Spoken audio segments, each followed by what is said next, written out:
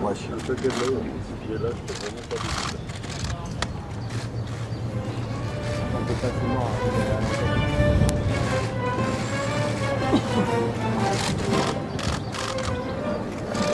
je bouge pas.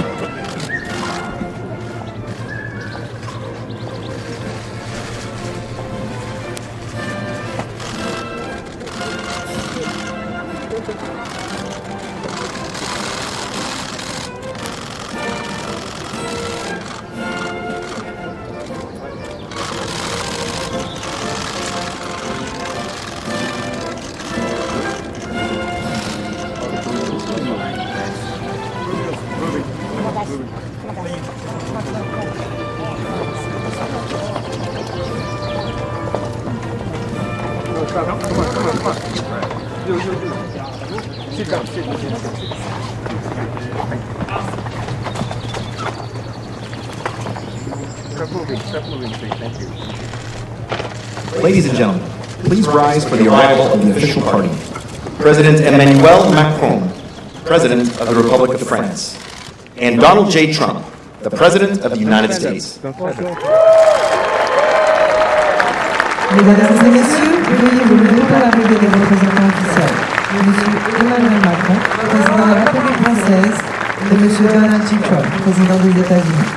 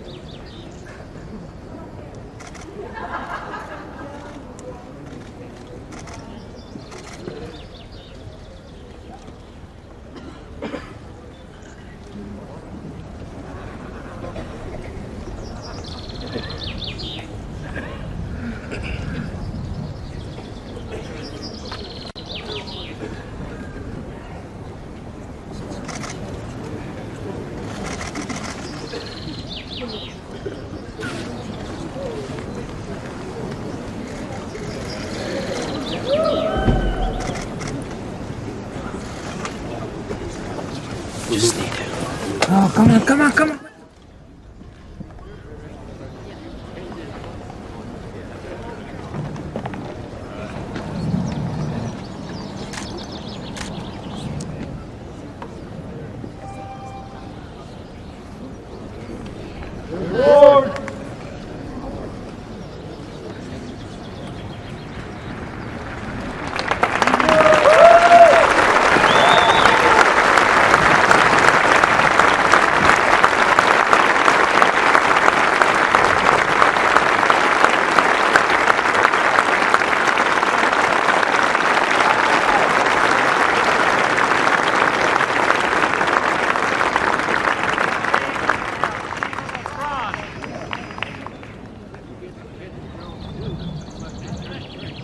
Please remain standing for the posting of the colors, the playing of the French and U.S. national anthems, and the invocation.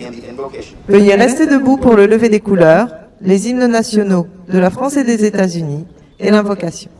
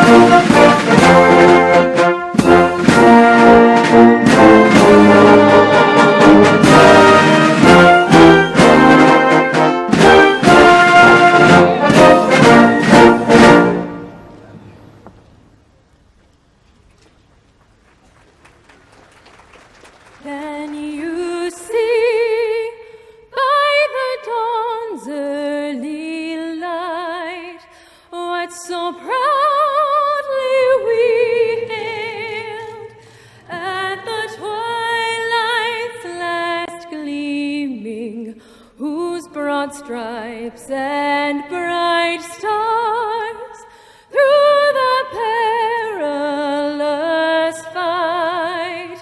O'er the ramparts we watched were so gallantly streaming, and the rockets' red glare, the bombs bursting in air, gave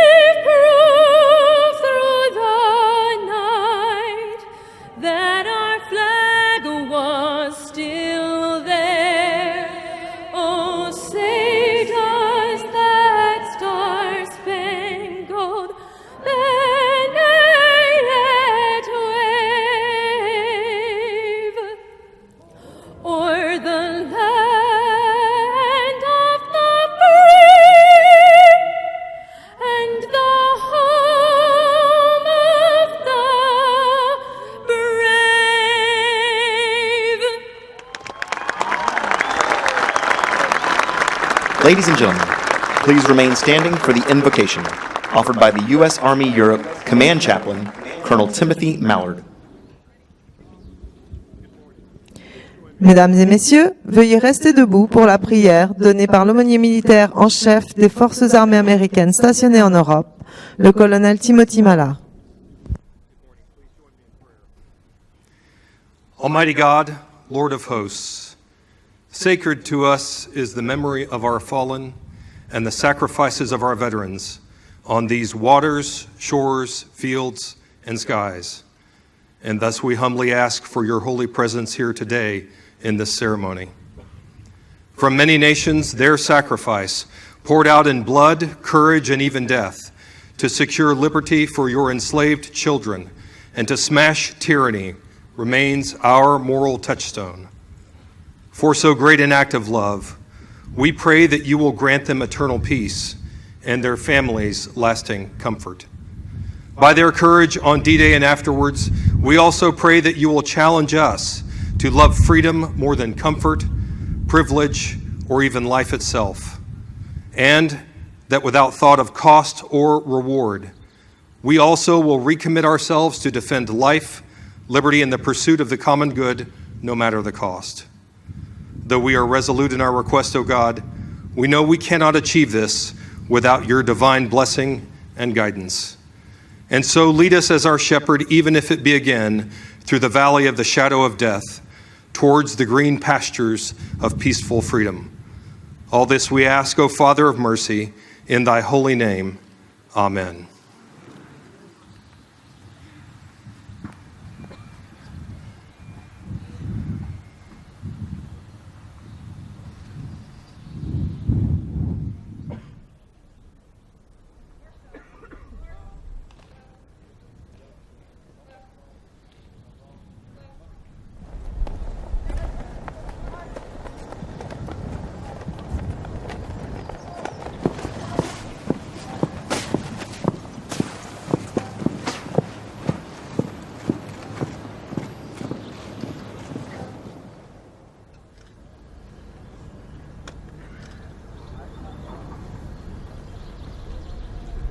President and Ms. Macron, President and Ms. Trump, distinguished guests, ladies and gentlemen, welcome to Normandy American Cemetery and Memorial in Colville-sur-Mer for the commemoration of the 75th anniversary of the D-Day landings on 6 June 1944. Today we honor and commemorate the 9,388 interred here, the 1,557 names on the wall of the missing, and all of our World War II veterans. Monsieur le Président, Madame Macron, Monsieur le Président, Madame Trump, Mesdames et Messieurs les représentants officiels, Mesdames et Messieurs, bienvenue au cimetière américain de Normandie de Colville-sur-Mer pour la commémoration du 75e anniversaire du débarquement du jour J, le 6 juin 1944. Aujourd'hui, nous rendons hommage aux 9388 soldats qui reposent en ce lieu, aux 1557 disparus honorés sur le mur des disparus, ainsi qu'à tous les combattants de la Deuxième Guerre mondiale. Ladies and gentlemen, please be seated. Mesdames et messieurs, veuillez vous asseoir. Ladies and gentlemen, the Secretary of the American Battle Monuments Commission, William Matz. Mesdames et messieurs, le secrétaire de la Commission des Monuments de guerre, William Matz.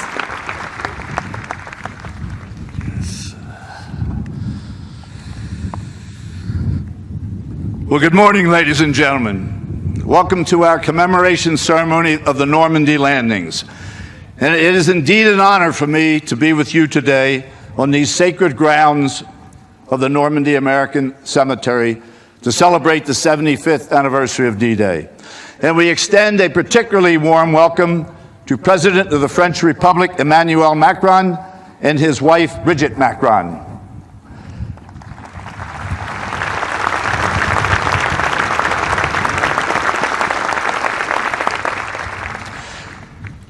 And to our President and Commander-in-Chief, Donald J. Trump, and First Lady, Melania Trump.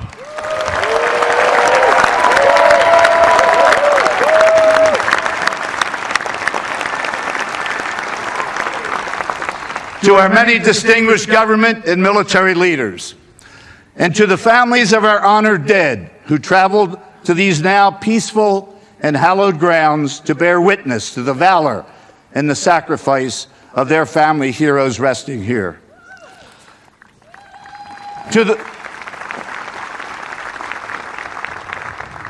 And to the more than 160 World War II veterans seated herein on this stage who need no reminders of the horrors of war and who remember well their comrades who never came home.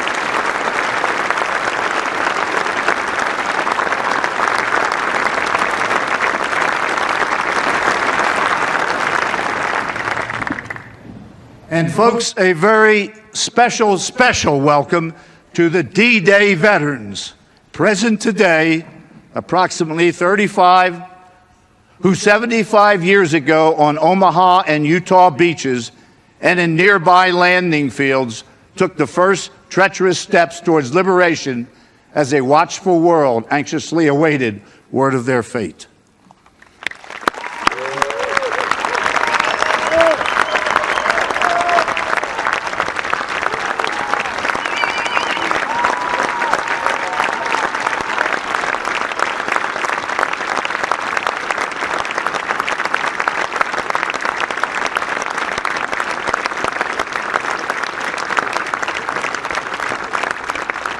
The mission of the American Battle Monuments Commission, folks, is to commemorate and honor the service and sacrifice of United States Armed Forces. We do so by tending the graves and the memorials of our fallen servicemen and women, buried and memorialized at 26 American cemeteries around the world. We do so also by preserving the stories of their deeds and the endeavors of those that fought at their side. Courageous actions that bequeath the blessings of freedom to generations yet unborn. 75 years ago, this very morning, and yards, simply yards from where each of you are sitting, a generation of young American men, joined by French, British, Canadian, and other allied nations, brothers in arms, did the unthinkable and accomplished the impossible. These men came ashore and fought against tyranny in a massive undertaking unparalleled in human history. It was Archibald MacLeish, the World War I veteran, who wrote these words in his poem, The Young Dead Soldiers. They say we were young, we have died, remember us. They say we leave you our deaths, give them their meaning. So many gave us their deaths. It is for us, our children, for generations to come, to give them their meaning. So our presence here today in this beautiful and inspirational cemetery does just that. For the very character of a country can be determined by the way it takes care of its war dead and is a measure of its very heart and soul. To the more than 9,000 Americans who sleep here silently, we give our promise, we will not forget. Each year that we gather here, and everywhere they fought and fell, our still grateful hearts are filled by what they did 75 years ago this morning. We shall remember you as when you were reverently, lovingly placed in this hallowed ground. To them and to the World War II veterans with us here today and in spirit around the world, your service, your sacrifice will have meaning so long as those who follow you hold high the torch of freedom that you kept burning through history's darkest hours. Strengthened by their courage, heartened by their valor, borne by their memory, let us continue to stand for the ideals for which they lived and died. And so today I welcome you as we pause for a brief moment to remember and to rededicate our efforts to the promise of our Commission's first chairman, General in the Army's John J. Pershing, that time will not dim the glory of their deeds. Thank you.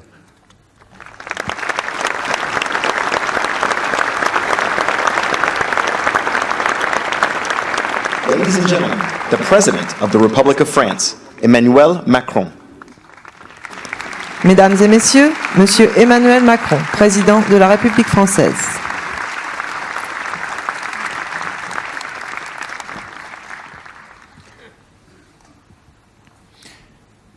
Monsieur le Président des États-Unis d'Amérique, cher Donald Trump, Messieurs les combattants du débarquement, chers vétérans, Mesdames, Messieurs, cette nuit du 5 au 6 juin 1944, la Manche n'était pas seulement troublée par la brume naissante, par la houle soutenue qui agitait les flots salés. Depuis quelques heures, en effet, depuis que le général Eisenhower avait lancé son fameux « Let's go », ce sont 1200 bâtiments de guerre, 5700 navires de transport contenant canons et camions, chars et barges d'assaut qui gagnaient, précédés de 25 flottilles, le sud de l'île de White, en ce point baptisé par l'état-major de l'opération Overlord, Piccadilly Circus. Devant les dizaines de milliers de soldats qui avaient ainsi pris la mer, rien d'autre que l'immensité noire, à peine éclairée par les lueurs des navires et par la pleine lune.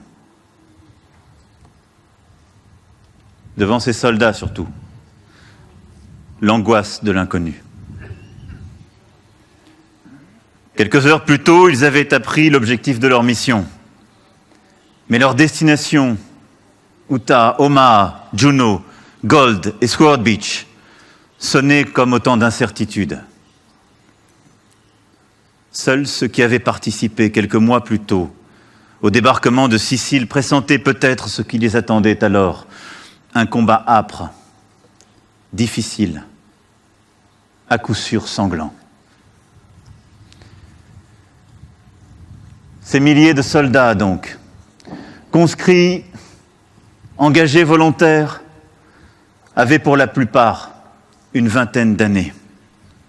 Et pourtant, ils semblaient déjà loin, les jours heureux de leur jeunesse. Loin, les plaines vallonnées de Pennsylvanie, du Kentucky ou de New Jersey. Loin, les années d'études où ils apprirent un métier qu'ils n'eurent parfois jamais l'occasion d'exercer. Loin, les entraînements exigeants commencés sur les monts de Géorgie et poursuivis à mesure que l'opération Boléro les conduisait à traverser l'Atlantique au sud de l'Angleterre. Loin, les mois passés auprès des Britanniques, dans l'attente d'une opération dont ils ne savaient rien.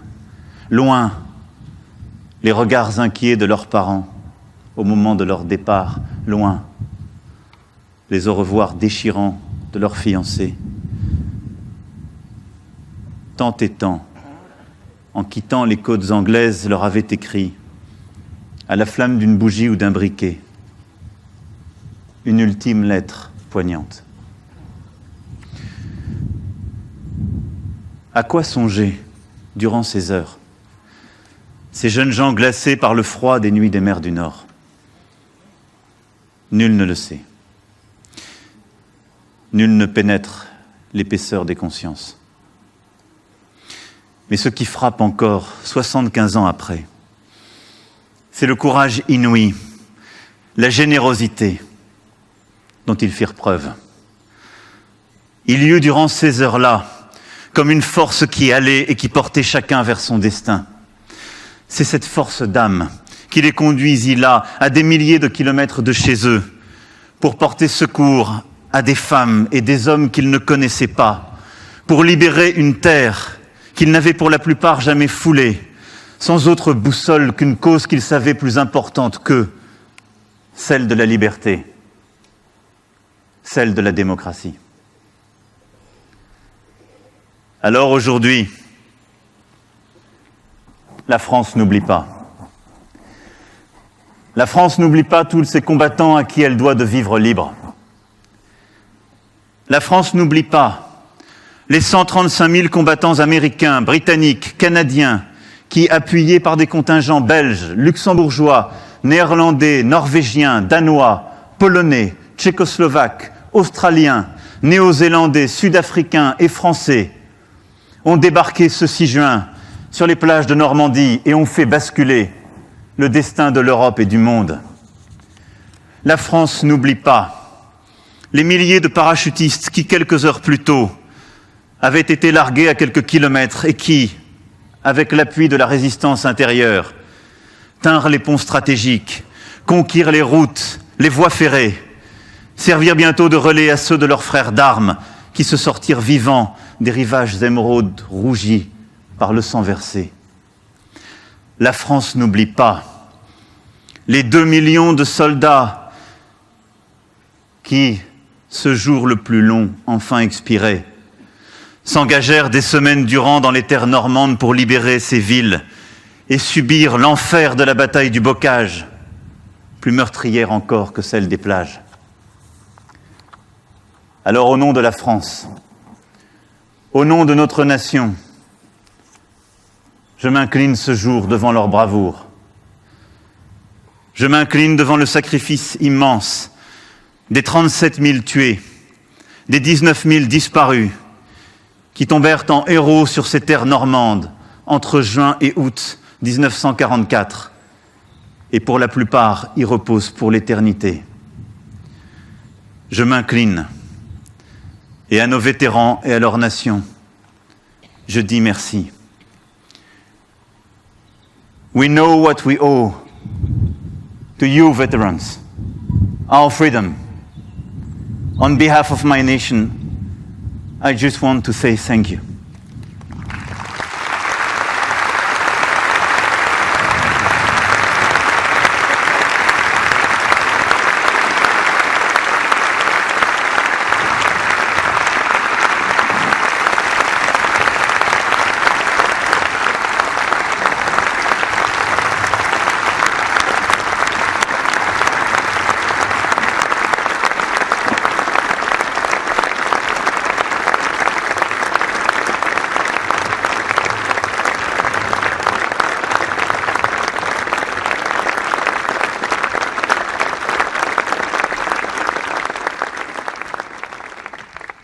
Nombre d'entre eux nous font face dans ce cimetière d'égaux morts pour notre liberté.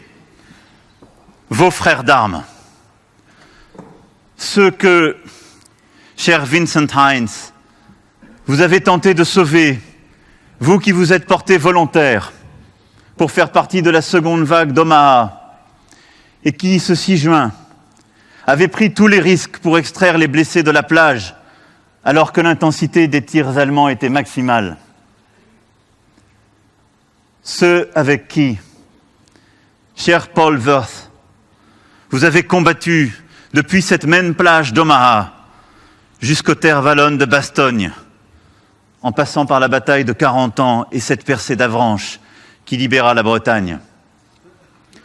Vos frères d'armes, ceux qui, cher Charles Jourot, vous ont accompagné dans l'enfer des haies normandes, vous qui avez combattu sans discontinuer entre le 7 juin et le 8 juillet, et qui, pour certains, vous ont suivi dans les Ardennes, au Luxembourg, et même dans la campagne de Tchécoslovaquie. Ceux qui, cher Stanley Friday, vous ont secouru, vous qui avez été blessés à 2 reprises, dans la région de Saint-Lô, puis dans les Ardennes, et qui vous ont donné la force de repartir au combat jusqu'à franchir le Rhin pour participer à la libération des camps de concentration et croiser les regards des survivants et les regards des bourreaux. Alors peut-être avez-vous compris, dans la vérité crue de ce moment, pourquoi vous vous étiez battus. Vos frères d'armes à vous aussi, cher Harold Terrence, vous qui, d'abord opérateur radio, avez choisi en conscience de gagner le sol de France pour mener des opérations militaires en Normandie, à Reims, à Nancy, puis autour du Rhin. Cher Vincent Hines, cher Paul Wirth, cher Charles Jourot, cher Stanley Friday, cher Harold Tyrrens, en reconnaissance de votre engagement infaillible pour que la France recouvre sa liberté, je vous ferai dans quelques instants chevalier dans l'ordre national de la Légion d'honneur.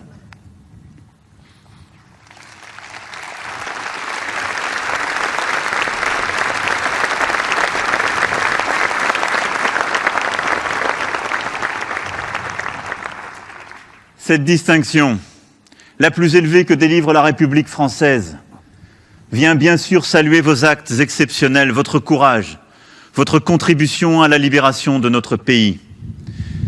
Et c'est aussi, pour la nation française, une manière de redire 75 ans après que nous savons ce que nous devons à l'Amérique. L'Amérique, cher président Trump, qui n'est jamais aussi grande que lorsqu'elle se bat pour la liberté des autres. L'Amérique, qui n'est jamais aussi grande que lorsqu'elle se montre fidèle aux valeurs universelles que défendaient ses pères fondateurs, lorsqu'il y a près de 2 siècles et demi, la France vint soutenir son indépendance. Mais nous vous devons plus.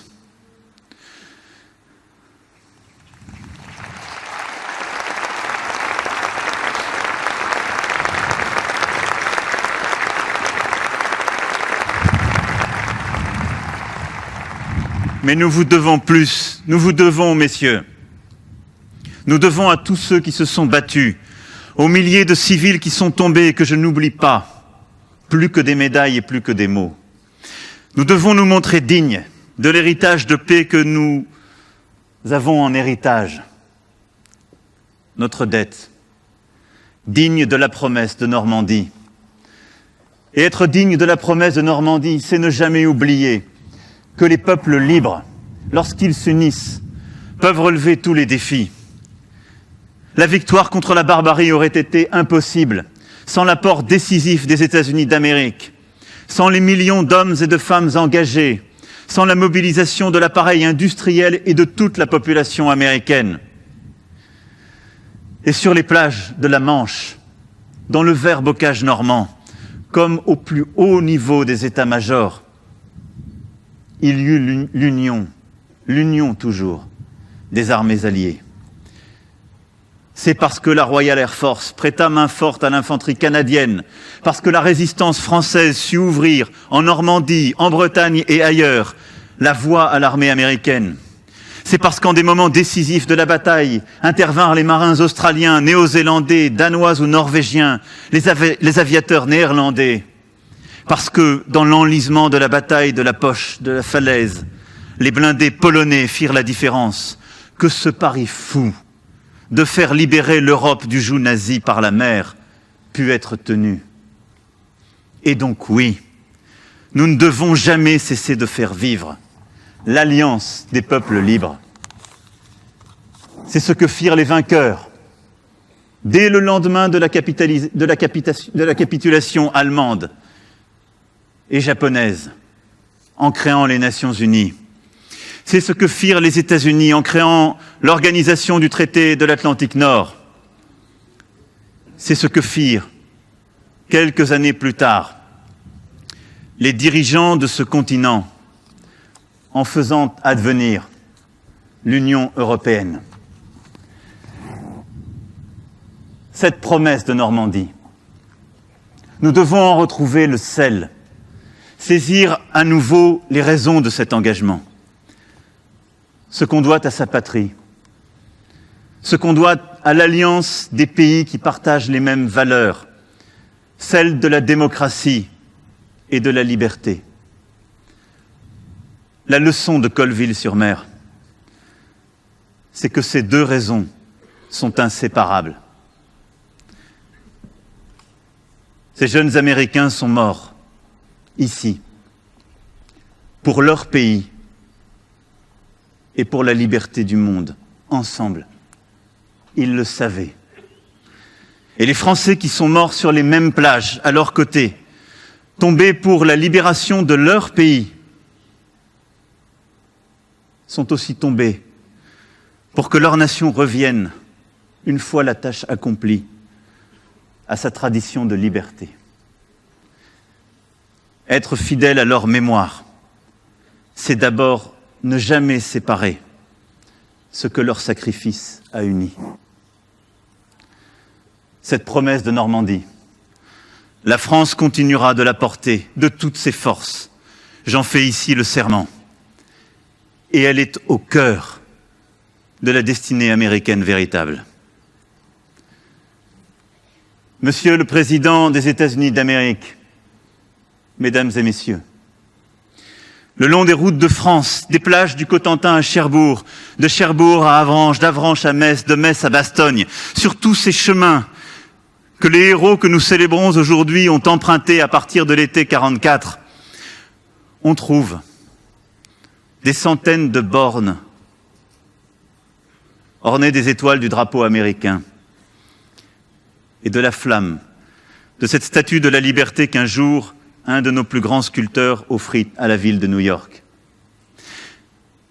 Ces monuments de pierre sont des jalons de mémoire, comme le souvenir indélébile, inscrit dans les terres de France, de ce que notre pays doit à l'Amérique. Leur présence résonne aussi comme une invitation à renouveler sans cesse ce pacte séculaire unissant la France, l'Amérique et la liberté. J'y suis prêt, Monsieur le Président des États-Unis, cher Donald Trump. Le peuple de France y est prêt. Prêt à faire vivre cette amitié entre nos nations qui a tant apporté à l'histoire des hommes et dont le monde d'aujourd'hui attend encore tant. Nous sommes prêts et nous le ferons. Alors merci. Vive les États-Unis d'Amérique, vive la République, vive la France et vive l'amitié entre nos deux nations.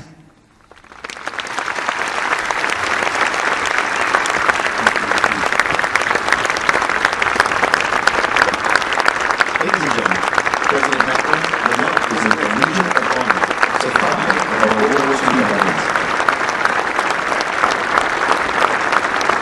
Mesdames et Messieurs, le Président de la République Emmanuel Macron va maintenant présenter la Légion d'honneur à 5 vétérans de la Seconde Guerre mondiale.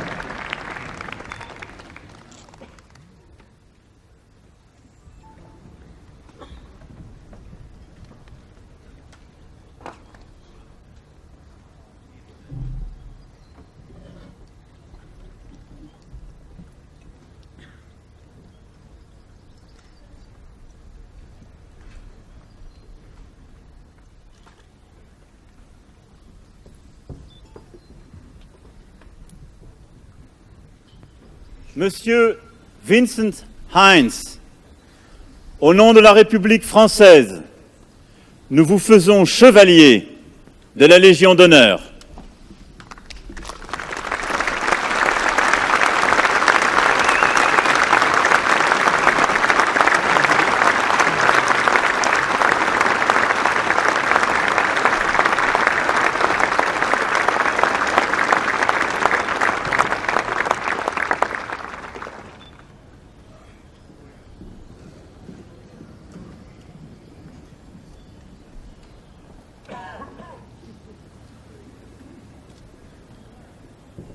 Monsieur Stanley Friday, au nom de la République française, nous vous faisons chevalier de la Légion d'honneur.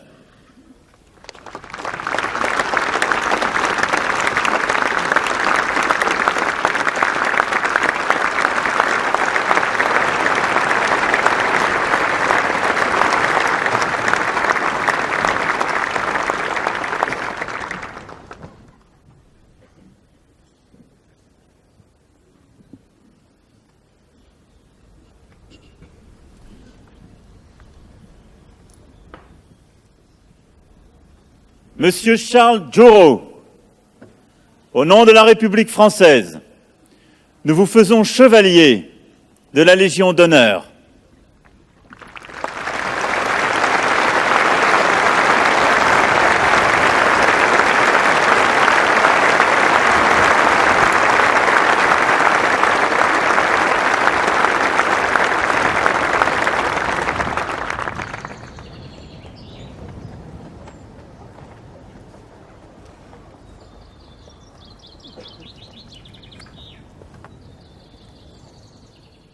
Monsieur Harold Terrence, au nom de la République française, nous vous faisons chevalier de la Légion d'honneur.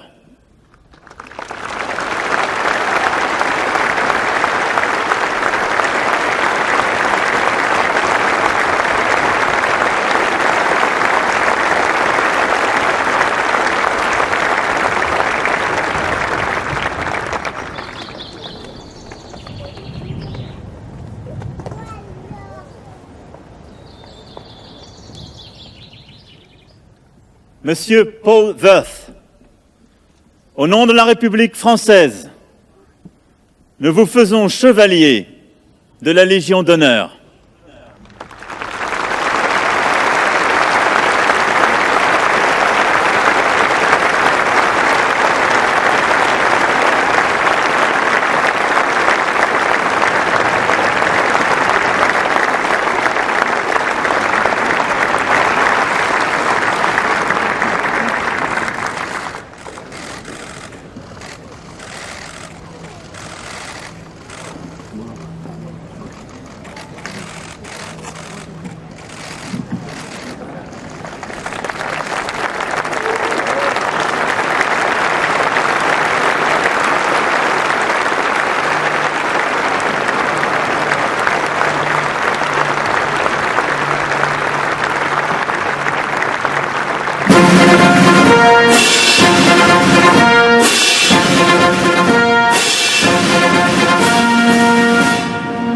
Ladies and gentlemen, the President of the United States, Donald...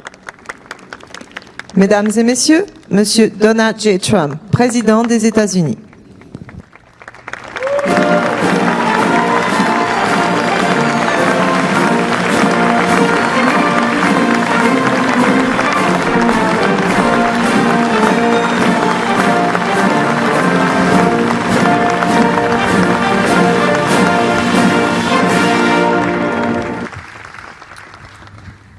President Macron, Mrs. Macron, and the people of France, to the First Lady of the United States and members of the United States Congress, to distinguished guests, veterans, and my fellow Americans, we are gathered here on freedom's altar, on these shores, on these bluffs, on this day 75 years ago. 10,000 men shed their blood and thousands sacrificed their lives for their brothers, for their countries, and for the survival of liberty. Today we remember those who fell and we honor all who fought right here in Normandy. They won back this ground for civilization to more than 170 veterans of the Second World War who join us today. You are among the very greatest Americans who will ever live. You are the pride of our nation. You are the glory of our republic. And we thank you from the bottom of our hearts.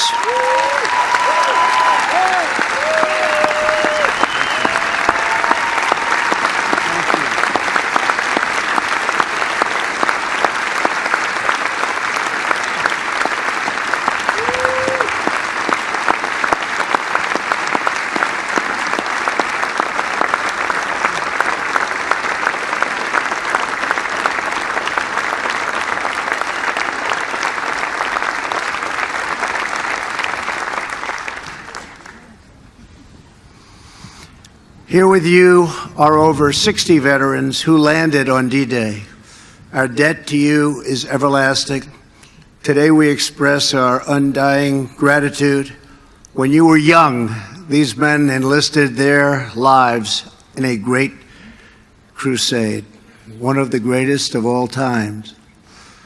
Their mission is the story of an epic battle and the ferocious, eternal struggle between good and evil.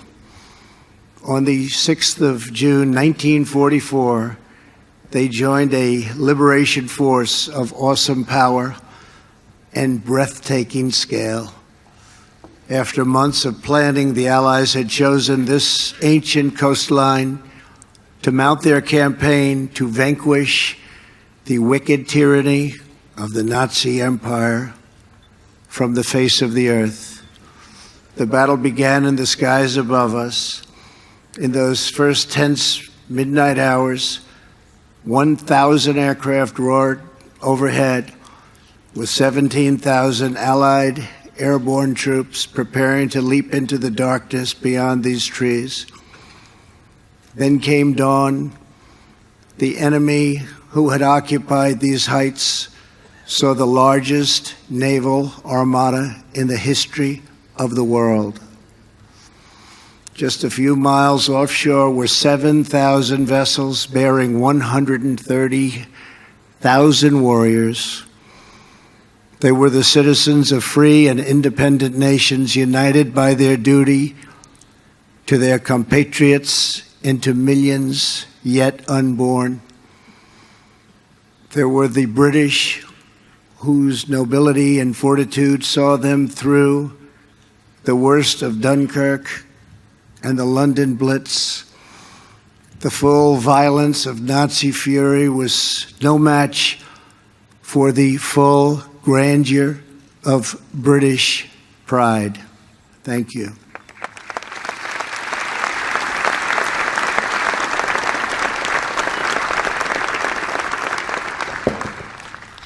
There were the Canadians whose robust sense of honor and loyalty compelled them to take up arms alongside Britain from the very, very beginning.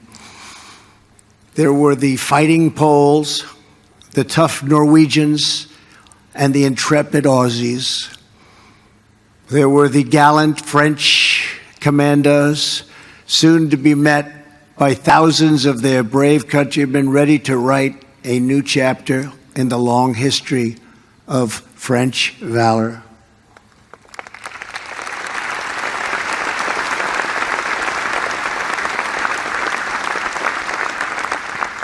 And finally, there were the Americans. They came from the farms of a vast heartland, the streets of glowing cities, and the forges of mighty industrial towns. Before the war, many had never ventured beyond their own community. Now they had come to offer their lives half a world from home. This beach, codenamed Omaha, was defended by the Nazis with monstrous firepower, thousands and thousands of mines and spikes driven into the sand so deeply. It was here that tens of thousands of the Americans came. The GIs who boarded the landing craft that morning knew that they carried on their shoulders not just the pack of a soldier, but the fate of the world. Colonel George Taylor, whose 16th Infantry Regiment would join in the first wave, was asked what would happen if the Germans stopped. Right then and there, cold on the beach, just stopped them. What would happen? This great American replied, "Why, the 18th Infantry is coming in right behind us. The 26th Infantry will come on too. Then there is the 2nd Infantry Division, already afloat, and the 9th Division, and the 2nd Armored, and the 3rd Armored, and all the rest. Maybe the 16th won't make it, but someone will. One of those men in Taylor's 16th Regiment was Army medic Ray Lambert. Ray was only 23, but he had already earned 3 Purple Hearts and 2 Silver Stars fighting in North Africa and Sicily, where he and his brother Bill, no longer with us, served side by side. In the early morning hours, the 2 brothers stood together on the deck of the USS Henrico before boarding 2 separate Higgins landing craft. "If I don't make it," Bill said, "please, please take care of my family." Ray asked his brother to do the same. Of the 31 men on Ray's landing craft, only Ray and 6 others made it to the beach. There were only a few of them left. They came to the sector right here below us. Easy Red, it was called. Again and again, Ray ran back into the water. He dragged out one man after another. He was shot through the arm. His leg was ripped open by shrapnel. His back was broken. He nearly drowned. He had been on the beach for hours, bleeding and saving lives, when he finally lost consciousness. He woke up the next day on a cot beside another badly wounded soldier. He looked over and saw his brother Bill. They made it. They made it. They made it. At 98 years old, Ray is here with us today with his 4th Purple Heart and his 3rd Silver Star from Omaha. Ray, the free world salutes you.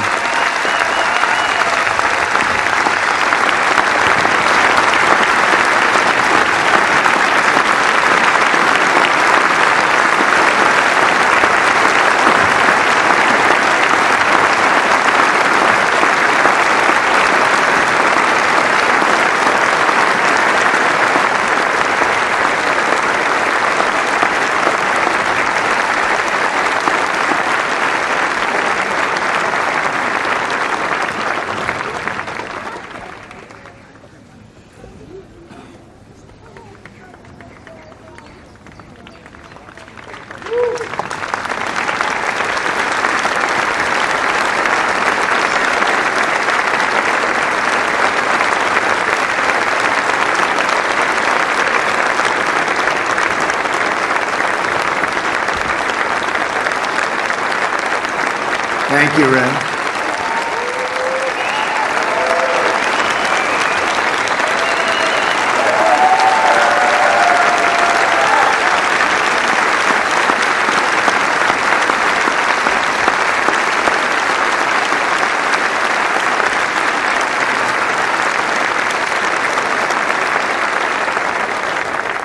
Nearly 2 hours in, unrelenting fire from these bluffs kept the Americans pinned down on the sand, now red with our heroes' blood. Then, just a few hundred yards from where I'm standing, a breakthrough came. The battle turned, and with it, history. Down on the beach, Captain Joe Dawson, the son of a Texas preacher, led Company G through a minefield to a natural fold in the hillside, still here. Just beyond this path, to my right, Captain Dawson snuck beneath an enemy machine gun perch and tossed his grenades. Soon American troops were charging up Dawson's draw. What a job he did. What bravery he showed. Lieutenant Spaulding and the men from Company E moved on to crush the enemy's strong point on the far side of this cemetery and stop the slaughter on the beach below. Countless more Americans poured out across this ground all over the countryside. They joined fellow American warriors from Utah Beach and allies from Juneau, sword and gold, along with the airborne and the French patriots. Private First Class Russell Pickett of the 29th Division's famed 116th Infantry Regiment had been wounded in the first wave that landed on Omaha Beach. At a hospital in England, Private Pickett vowed to return to battle. "I'm going to return," he said, "I'm going to return." 6 days after D-Day, he rejoined his company. 2/3 had been killed already. Many had been wounded within 15 minutes of the invasion. They lost 19 just from the small town of Bedford, Virginia alone. Before long, a grenade left Private Pickett, and he was gravely wounded, so badly wounded. Again, he chose to return. He didn't care. He had to be here. He was then wounded a third time and laid unconscious for 12 days. They thought he was gone. They thought he had no chance. Russell Pickett is the last known survivor of the legendary Company A.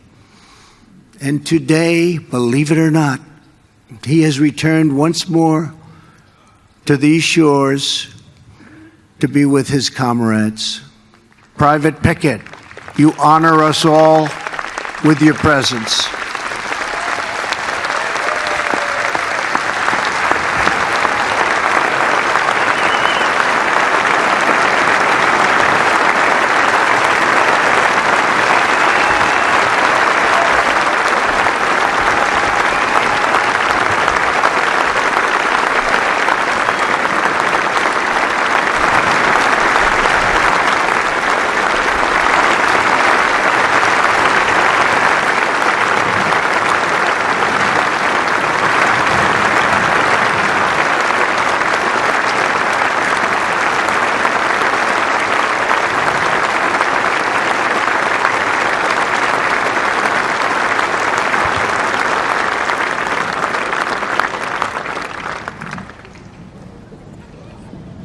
Tough guy.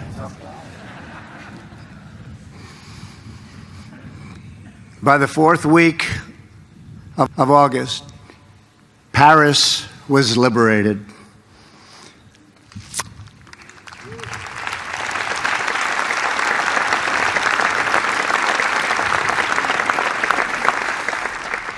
Some who landed here pushed all the way to the center of Germany. Some threw open the gates of Nazi concentration camps to liberate Jews who had suffered the bottomless horrors of the Holocaust. And some warriors fell on other fields of battle, returning to rest on this soil for eternity. Before this place was consecrated to history, the land was owned by a French farmer, a member of the French resistance. These were great people. These were strong and tough people. His terrified wife waited out D-Day in a nearby house, holding tight to their little baby girl. The next day, a soldier appeared.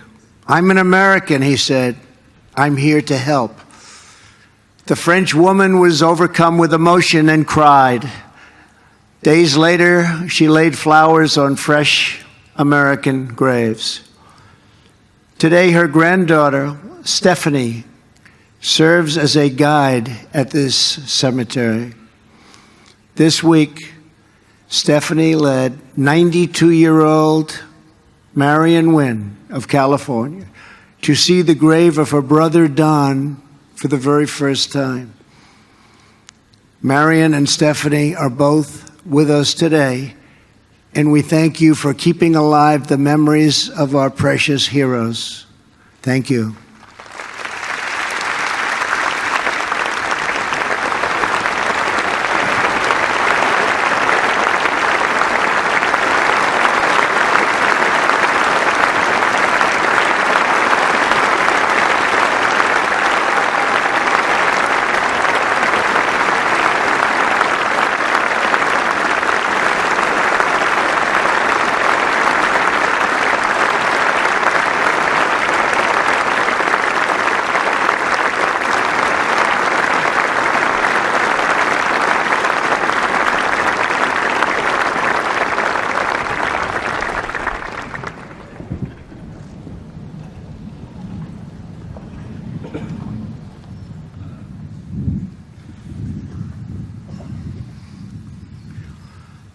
$9,388 young Americans rest beneath the white crosses and stars of David, arrayed on these beautiful grounds.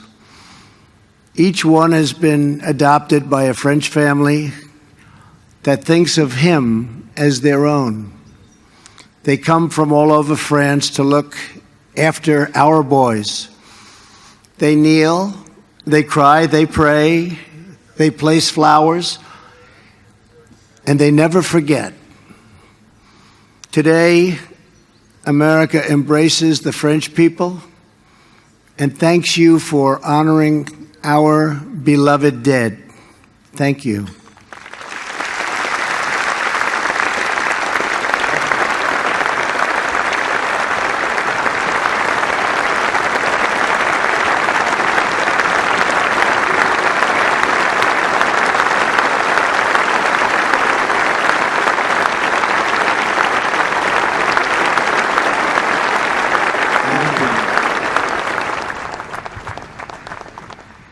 To all of our friends and partners, our cherished alliance was forged in the heat of battle, tested in the trials of war, and proven in the blessings of peace.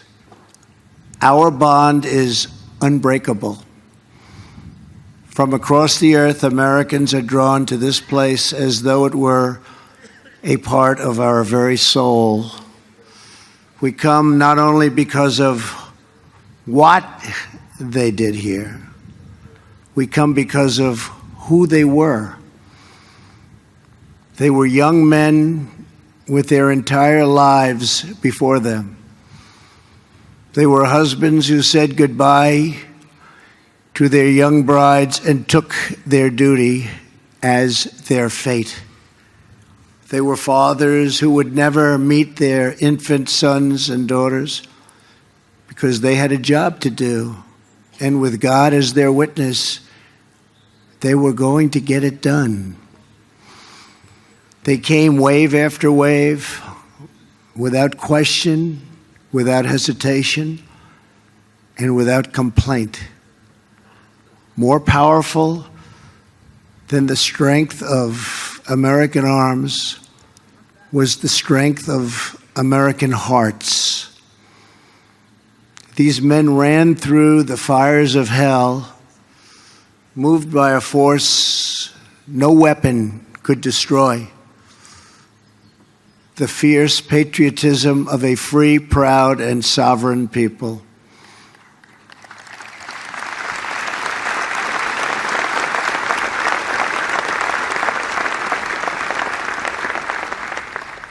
They battled not for control and domination, but for liberty, democracy, and self-rule. They pressed on for love and home and country, the main streets, the schoolyards, the churches, and neighbors, the families and communities that gave us men such as these. They were sustained by the confidence that America can do anything, because we are a noble nation with a virtuous people praying to a righteous God. The exceptional might came from a truly exceptional spirit. The abundance of courage came from an abundance of faith. The great deeds of an army came from the great depths of their love.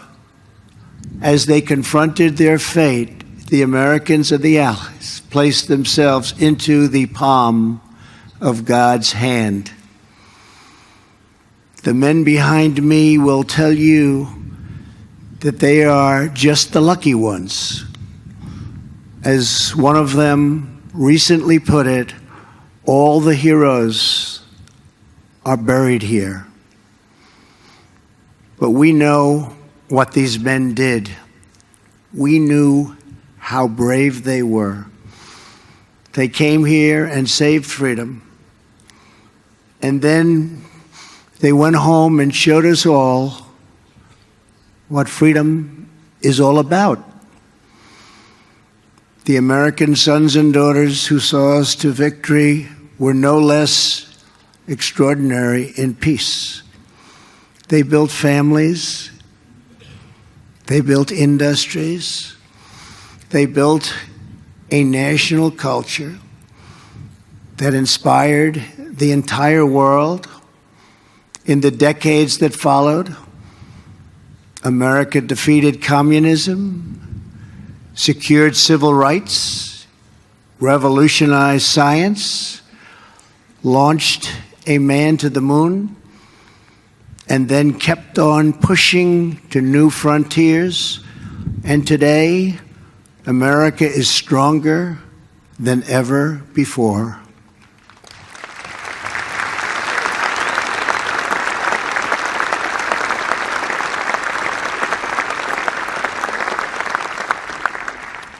Seven decades ago, the warriors of D-Day fought a sinister enemy who spoke of a 1,000-year empire. In defeating that evil, they left a legacy that will last not only for 1,000 years, but for all time. For as long as the soul knows of duty and honor, for as long as freedom keeps its hold on the human heart. To the men who sit behind me and to the boys who rest in the field before me, your example will never, ever grow old.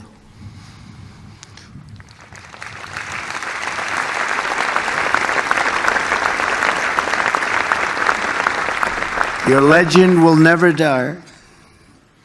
Your spirit, brave, unyielding, and true, will never die. The blood that they spilled, the tears that they shed, the lives that they gave, the sacrifice that they made, did not just win a battle. It did not just win a war. Those who fought here won a future for our nation. They won the survival of our civilization. And they showed us the way to love, cherish, and defend our way of life for many centuries to come. Today, as we stand together upon this sacred earth, we pledge that our nation will forever be strong and united. We will forever be together. Our people will forever be bold. Our hearts will forever be loyal. And our children and their children will forever and always be free. May God bless our great veterans. May God bless our allies. May God bless the heroes of D-Day. And may God bless America. Thank you. Thank you very much.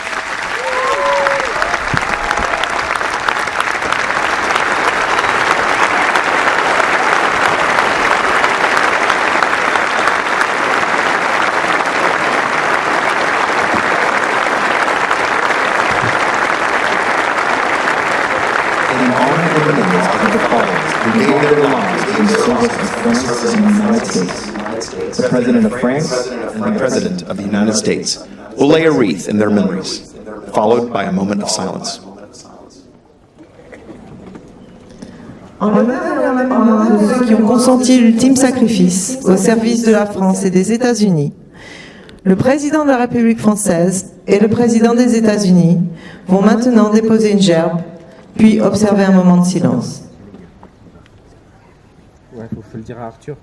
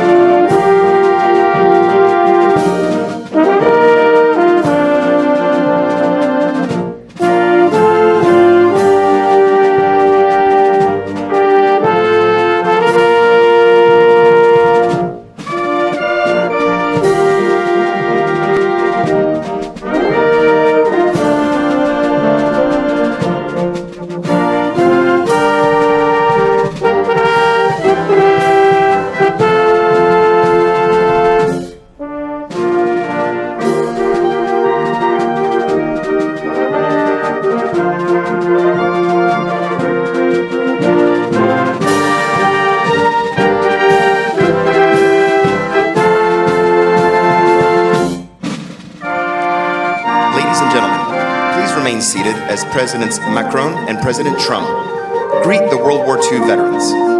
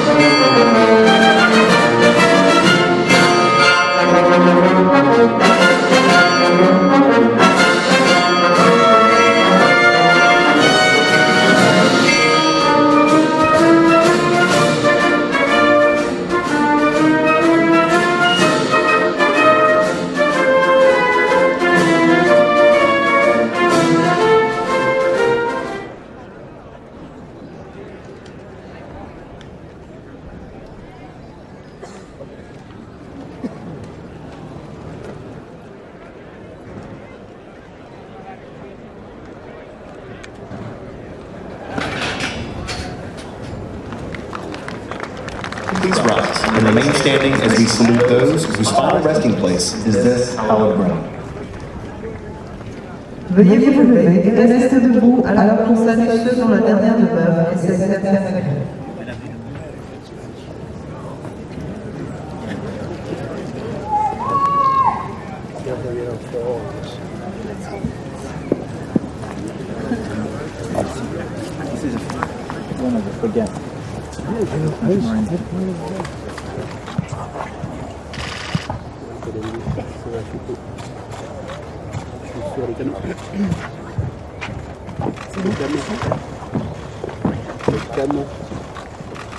Le canon.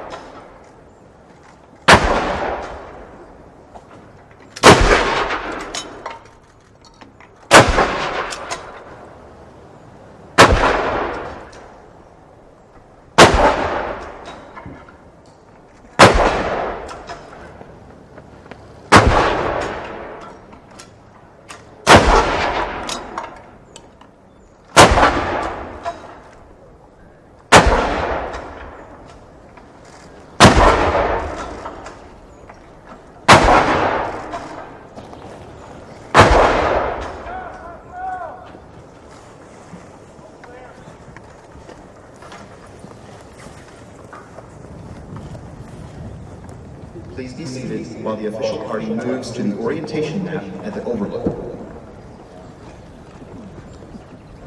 Veuillez vous asseoir pendant que les membres se dirigent vers la table d'orientation. Ils ont avancé là, ils descendent.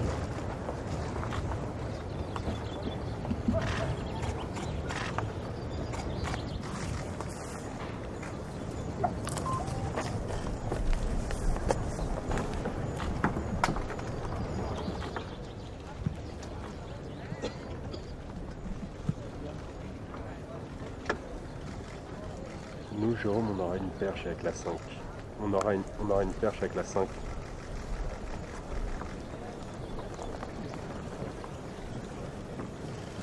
D'accord, ça va.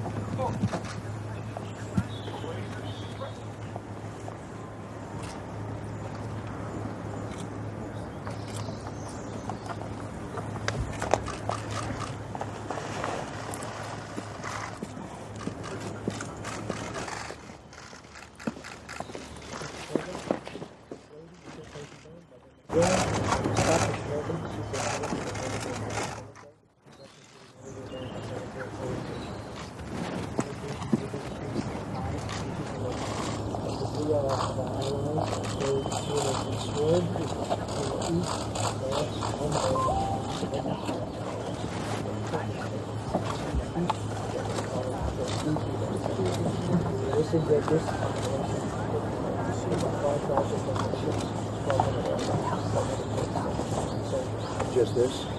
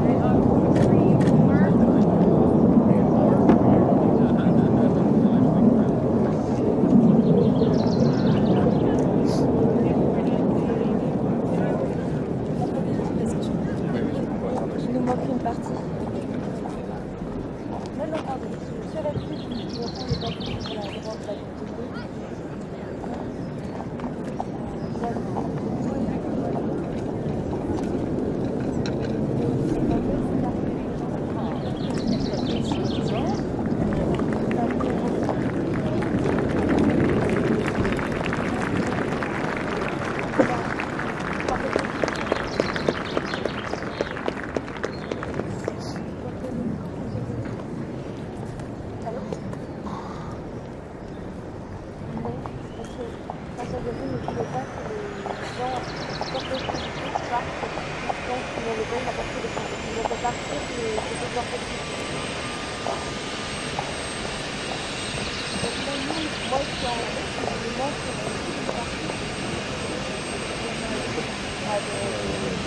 va être bien placé.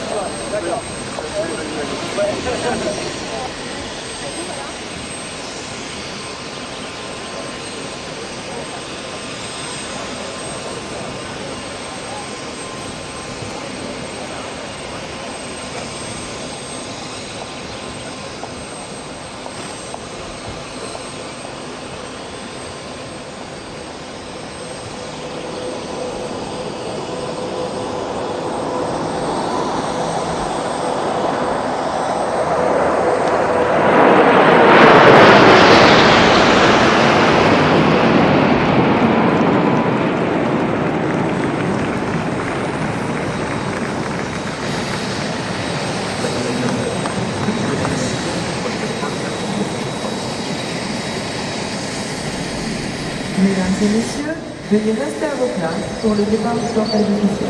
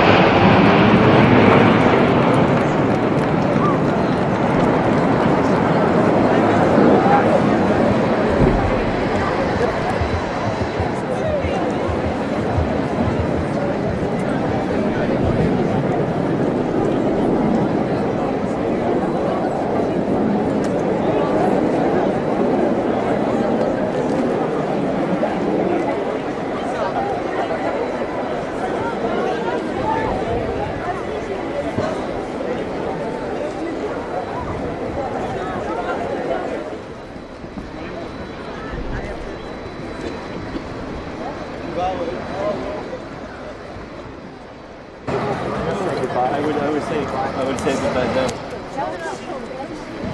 Non, non, non, non, oui, après, non. C'est l'officiel de l'Élysée.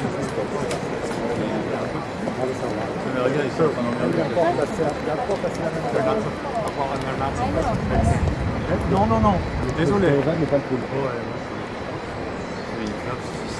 différent ce que les autres nous ont dit. C'est-à-dire que les cartes s'approchent même. Yann, peut-être que la une peut essayer de les attraper aussi.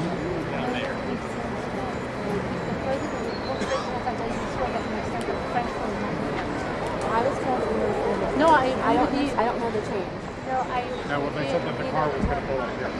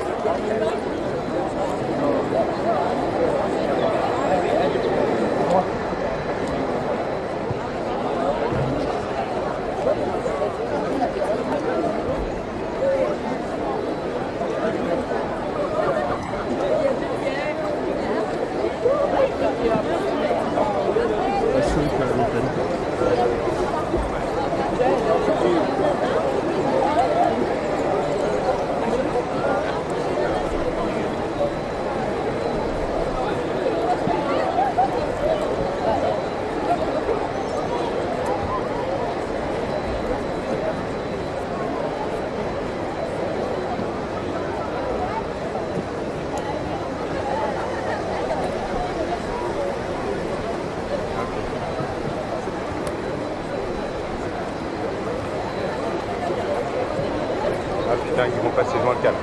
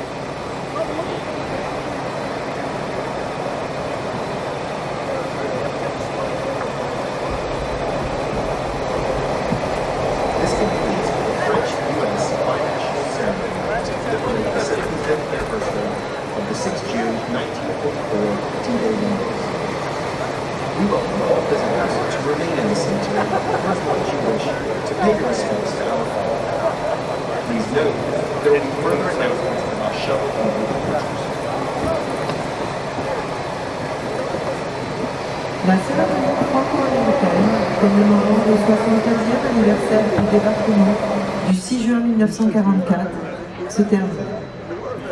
Nous invitons tous les visiteurs à découvrir le cimetière et à rendre hommage aux morts du combat. Des annonces nous informant des conditions de départ des navettes et des groupes de cris.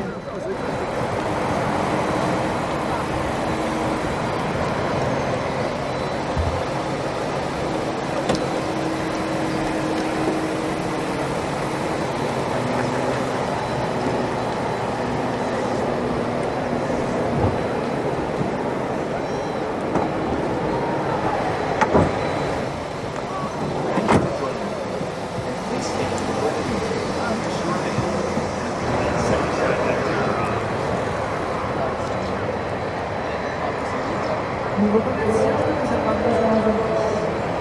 Nous vous invitons maintenant à profiter de la musique proposée par l'Orchestre des Forces armées et particulièrement de la division aérienne.